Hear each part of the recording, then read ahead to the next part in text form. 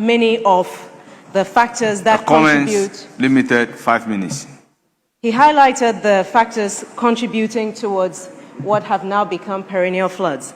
However, Mr. Speaker, of great concern is the fact that areas that hitherto were not experiencing flooding are experiencing severe flooding now, which I think is an indicator that there is something amiss in how we are approaching this matter. Mr. Speaker, yes, indeed, the issue of having green zones, of having reservoirs to hold rainwater upstream in order to minimize the volume of water coming down, and indeed all the other factors enumerated by the Member of Parliament are true. But I think that very importantly is the issue of consequence management.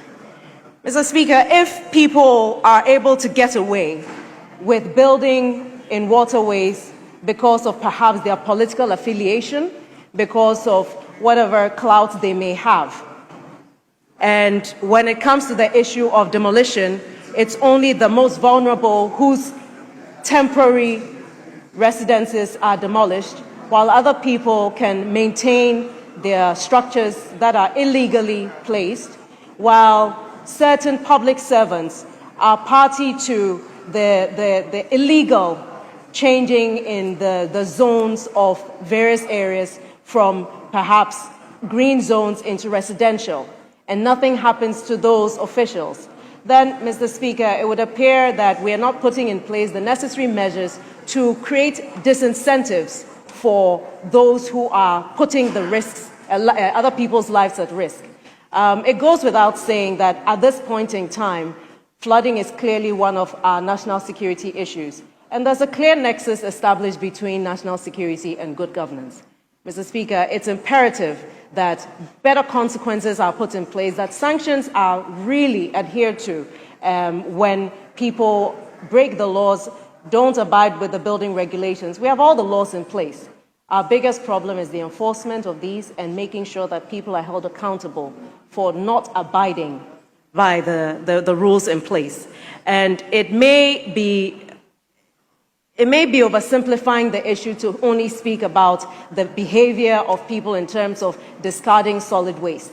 But if you go to other countries, even those that have underground drainage, Mr. Speaker, on a very regular basis, they flush the drains. That is, they don't call it desilting, but it amounts to the same thing. It's basically the attempt to clear solid debris out of these waterways to make sure that the volume of water that they can contain is retained as such.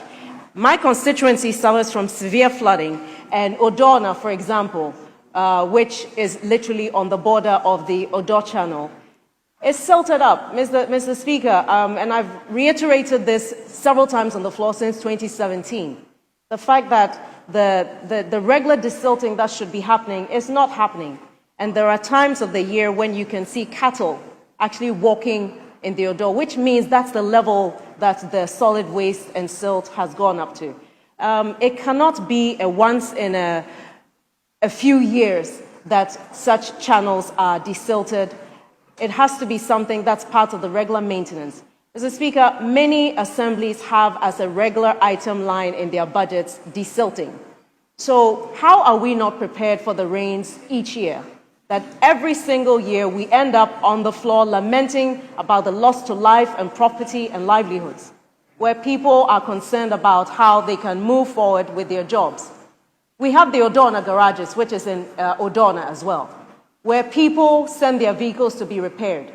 With the kind of rainfall we're having, not only does this mean that people who need their vehicles repaired will be afraid to send their vehicles there, but it affects the livelihoods of those who work there.